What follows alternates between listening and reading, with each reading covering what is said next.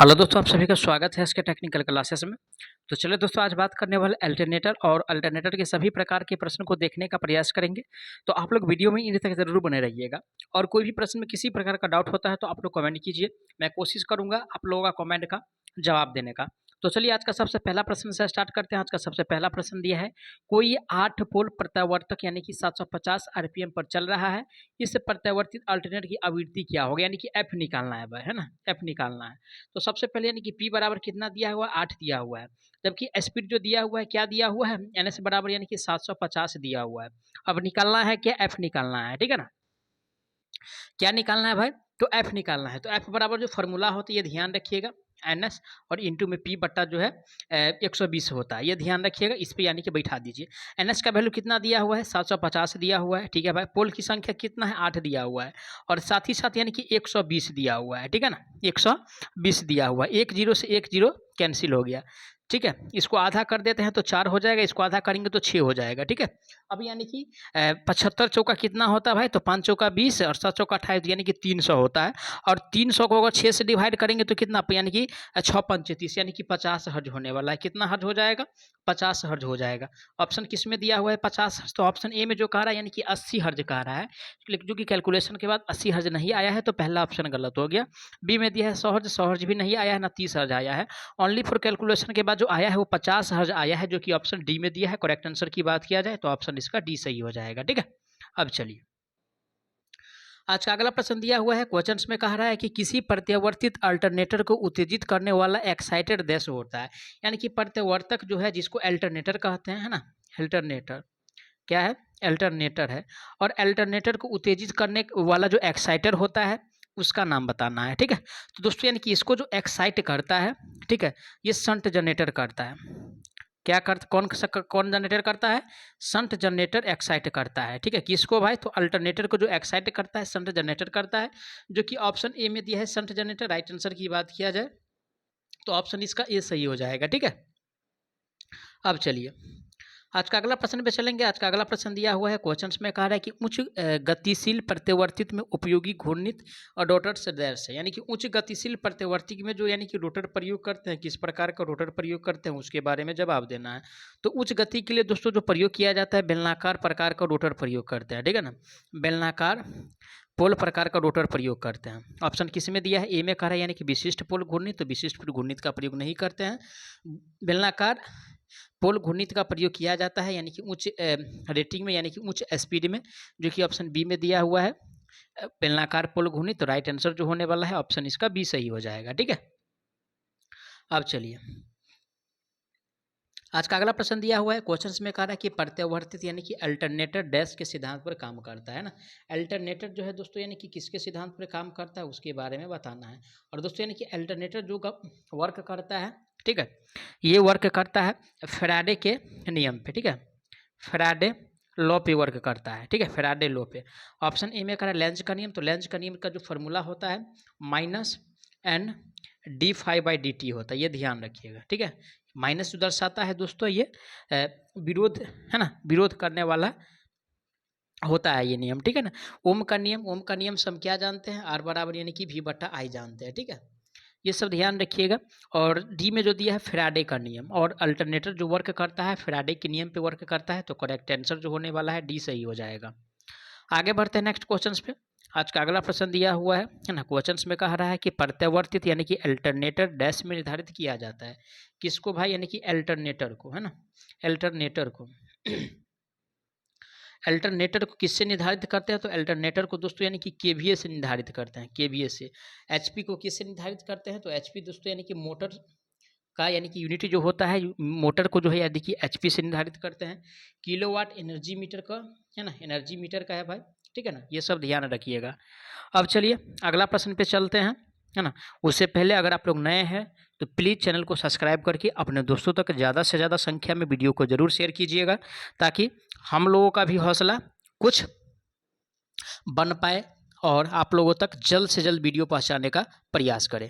तो चलिए next question पे चलते हैं। आज का अगला प्रश्न दिया हुआ है, क्वेश्चन में कह रहा है एक प्रत्यावर्तक में प्रेरित ईएमएफ की आवृत्ति डैश दी जाती है। ठीक है, तो एफ बराबर जो फॉर्मूला होता है दोस्तों 120। ठीक है, और ये ध्यान रखिएगा क्योंकि ये क्वेश्चन बार बार पूछा जाता है एग्जाम में कि इसका जो फॉर्मूला होता है किस पे यानी कि बनने वाला है। ठीक है ना, इसका जो फॉर्मूला होता है दोस्तों, है ना, सबसे इसका जो फॉर्मूला होता है ये पहले ये समझिए, है ना। देखिए एन एस बराबर जो फॉर्मूला होता है क्या होता है, 120 गुना एफ और बट्टा में यानी कि पी होता है। ठीक है, अब चलिए और निकालना, एफ अगर बराबर निकालेंगे तो क्या हो जाएगा, पी एन हो जाएगा और बट्टा में यानी कि कितना हो जाएगा, 120 हो जाएगा।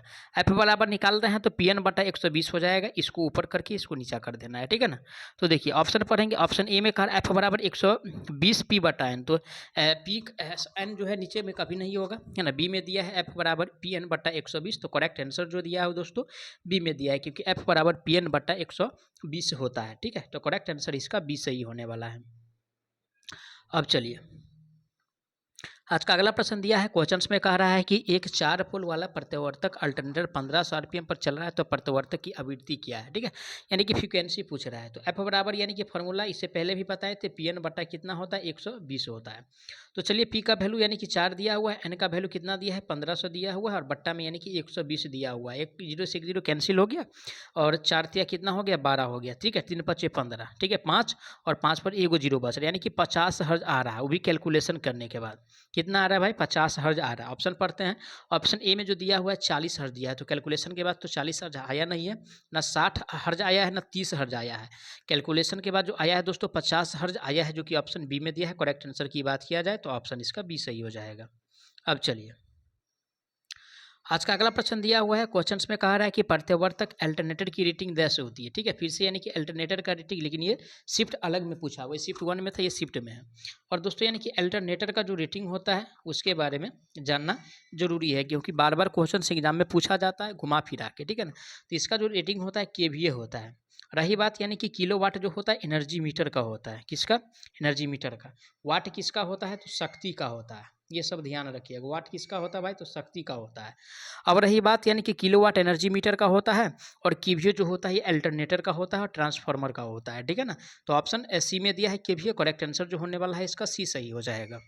अब चलिए आज का अगला प्रश्न दिया है, क्वेश्चंस में कह रहा है कि दो प्रत्यावर्तित के तुल्यकालन के लिए मुख्य शर्त क्या है, यानी कि अल्टरनेटर के तुल्यकालन के लिए जो मुख्य शर्त होता है उसके बारे में बताना है। ए में कह रहा है कि केवल गति और एक्साइटेशन वोल्टेज समान होना चाहिए। बी में कह रहा है केवल आवृत्ति और भार समान होना चाहिए। सी में कह रहा है केवल गति और भार समान होना चाहिए। डी में कह रहा है वोल्टेज आवृत्ति फेज अनुक्रम समान होना चाहिए। तो सबसे मेन तो फेज अनुक्रम है, अगर फेज अनुक्रम समान है तो वोल्टेज भी समान होना चाहिए और आवृत्ति भी समान होना चाहिए। तो ये दोस्तों ये तुल्यकालन का शर्त को संतुष्ट करेगा, तो राइट आंसर जो होने वाला है ऑप्शन इसका डी सही हो जाएगा। ठीक है, अब चलिए आज का अगला प्रश्न दिया हुआ है, क्वेश्चंस में कह रहा है प्रत्यावर्तक का सिद्धांत क्या है। ठीक है, यानी कि अल्टरनेटर का और इससे पहले भी बता चुके हैं कि अल्टरनेटर का जो सिद्धांत है वो फेराडे के लॉ पे है। ठीक है ना, फेराडे लॉ पे है। इसका जो सिद्धांत है दोस्तों अल्टरनेटर का फेराडे के नियम पे वर्क करता है। ऑप्शन ए में कह रहा है दोस्तों फेराडे का विद्युत चुंबकीय प्रेरण पे।